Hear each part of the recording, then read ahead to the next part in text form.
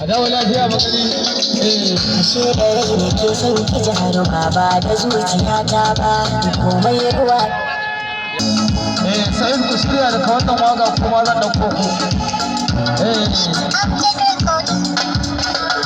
ashe da rai ne ke son ki jaruma ba da zuciya ta ba komai ruwa da iska akan ki ba za na daina kewa ba idan na samu sayar samin ki ba za na tanka kowa ba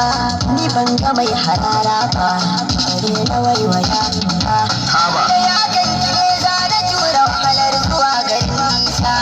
da an taɓa ki a jira ni da wakila sai na zo na ɗaukan sa jimirin jiran ki dai dan ki zo na kalle kikin biyar hausa siri na rayuwa ta ke ce kawai da kin kira da na amsa kuma a baki daɗi kare ta kin bani ta kira lasa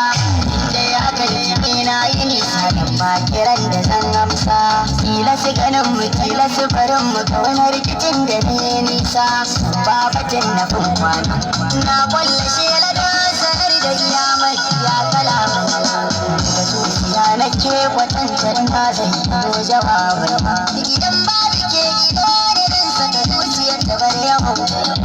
kowa da nasa amfani ke ce cikar murare yau ga da hannuwa kusa da kada zuwa ce cikar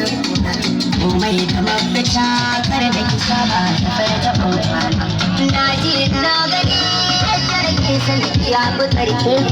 na san a duniya da wanda yake jin da ta cika ne soyayya rayuwa wani sa'in sai ta zama wuta wanda ke cikin ranta shi ne turo suna faranta da ya sa ka zama kamar sani kuma rayuwa da su misali sai da kama da amurki samari bi haƙuri da marumin samu mata bi haƙuri idan har mun samu so mu sa masoyi